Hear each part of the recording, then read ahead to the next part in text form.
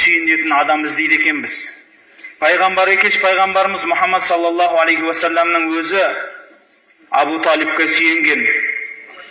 Сол кісінің өзі Хадиша анамызға иық сүйеген.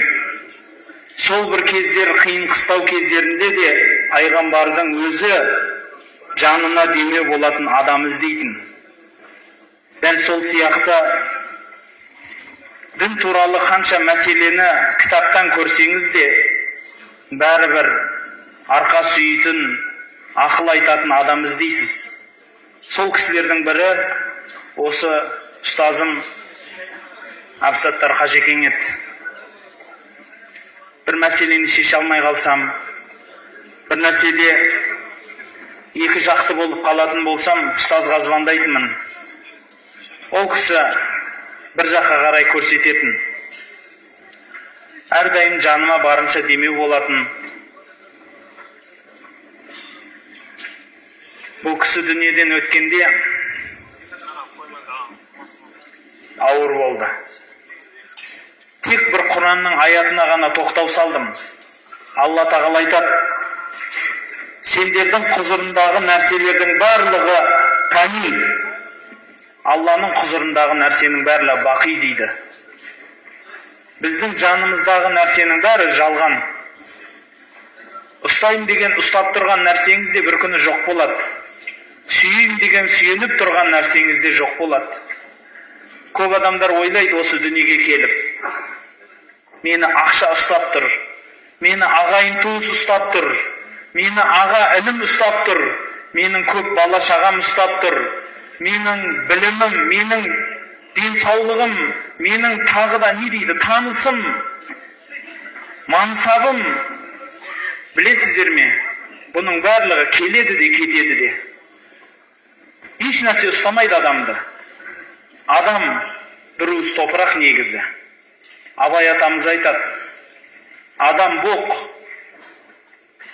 немесе көтерген боқтың қабы. Одан сасық боласың өлсең дағы дейді. Қазақта мақал бар: тірінің бәрі пілдей, өлінің бәрі бірдей дейді. Тірі кезінде бәріміз бір-бір піл сияқты жүреміз. Сен менің кім екенімді білесің ба деп. Білесіз ба? Алла тағаланың әмірі келген кезінде халық айтады ғой: Алланың әмірі келген кезінде жұлдыз да жерге түседі аспандағы деп. Бекер емес. Бір күнде адам кедей болып бейшарада бола алады. Сақырлап тұрған мен деген жігіттің бір күнде бүкіл денсаулығынан да айырыла алады. Бұл Алланың қолындағы іс, бауырлар. Астамшылық қылмау керек. Аллаға бас ию керек, бауырлар. Осындай үлкен істер сізбенен бізді бір нәрсені үйретеді. Ол Алланың құдіретін үйретеді, бауырлар. Мен Алламын, қалағанымды аламын, қалағанымды қоямын. Не істейсің дейді. Сонда сіз не істейсіз? Пенде болып: я Аллахым, мен сенің құлыңмын, қалағаныңды ал, қалағаныңды бер, мен сенің құлыңмын деп басыңызды сәждеге қоюдан абзал еш нәрсе жоқ, бауырлар. Сүйгенінен айырылмайтын ешкім жоқ. Қандай шаңырақ болса, сол шаңыраққа өлім келеді. Ыстық жан бар жерде қаза бар деген бекер сөз емес. Есігіңізді ажал қағады, бір күні болмаса да бір күні қағады. Ол сіздің келген ажалыңыз ба, жоқ сіздің сүйіктіңіздің, балаңыз ба, әкеңіз ба, ағаңыз ба, ініңіз ба, жұбайыңыз ба?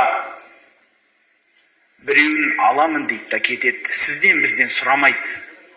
Сол кезде сіздің біздің ісіміз: я Аллахым, мен сенің құлыңмын деп бас июден басқа еш нәрсе қалмайды екен. Аллахым, сенің құлыңмын деп. Бірақ пендеміз, бауырлар. Пайғамбарымыз саллаллаху алейхи вассаламның өзі де жақсы көрген жанындағы адамдар дүниеден өтіп жатқанда көзіне жас алатын. Бір күні жылап отырғанда пайғамбарымыз жанына Омар келіп: я Расулалла, мына көзіңіздегі жас не дегенде, Бұл Алланың берген мейірімі ғой, ей Омар деген екен. Біз бір-бірімізді айырылмастай болып өмір сүреміз. Бірақ күндердің күні, уақыты сәті келгенде біреу-біреуімізді жұлып кетеді Алла тағала. Тек қана басымызды иген күйі, я Аллахым, мен сенің құлыңмын, не істесең де саған көнемін дейміз. Бұл бізге әрдайым осы бір сабақ болса екен. Бауырлар, ұзын сөздің бір түйіні, мына өмір мәңгі болмайды. Адамның арманы таусылмайды. Біреу келіп айтады, неге ондай істемеді, неге мұндай істемеді?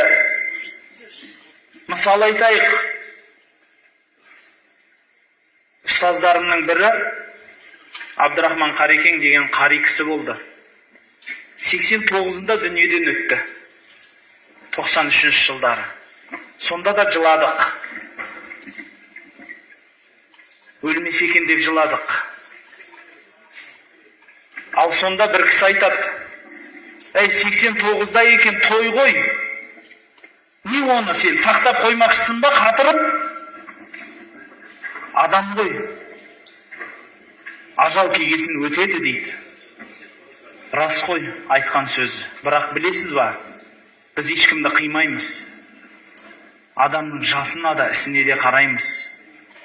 Қанша жыл жасаса да аз жасады дейміз.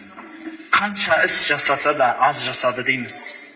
Өйткені бұл жүрегіміздегі ол кісіге деген ыстық сезім болады, бауырлар. Мынау дүниеге келеді екенбіз, кетпек бар. Ұстазымның атынан да айта алатын шығармын. Бауырлар, адам болғасын мүмкін біреуге қатты айтар, мүмкін біреуге жұмсақ айтқан болар. Бір-бірімізге кешірімді болайық. Кешіре біліңіз. Кешірім табасыз Алладан. Кешіре білу керек. Өйткені біз пендеміз. Өзіңіз көріп жатсыз. Жас та өліп жатыр, кәрі де өліп жатыр. Ер де, әйел де, бай да, кедей де бәрі кетіп жатыр. Бір-бірімізге кешірімді болайық. Өйткені Алла тағала 99 сипатын береді. Құранда Алланың сипаты одан да көп. Бірақ сол сипатты не үшін береді? Адам баласы соған ұқсап бақсын дейді. Алла тағала жомарт, сол үшін жомарттықты сүйеді. Алла тағала сұлу, сұлулықты сүйеді. Алла тағала кешірімді болған пенделерін сүйеді. Бір-бірімізге кешірімді болып, бір-біріміздің айыбымызды көрмей, жақсылығымызды асырып, жамандығымызды жасырайық. Өйткені мына қамшының сабындай қысқа ғұмырда бір-біріміздің қадірімізді біліп, бір-бірімізге сыйластық жасамасақ, онда адам болып бұл өмірге келіп, мұсылман болып бір-бірімізге бауыр деп атаудың ешқандай қажеті жоқ еді, бауырлар.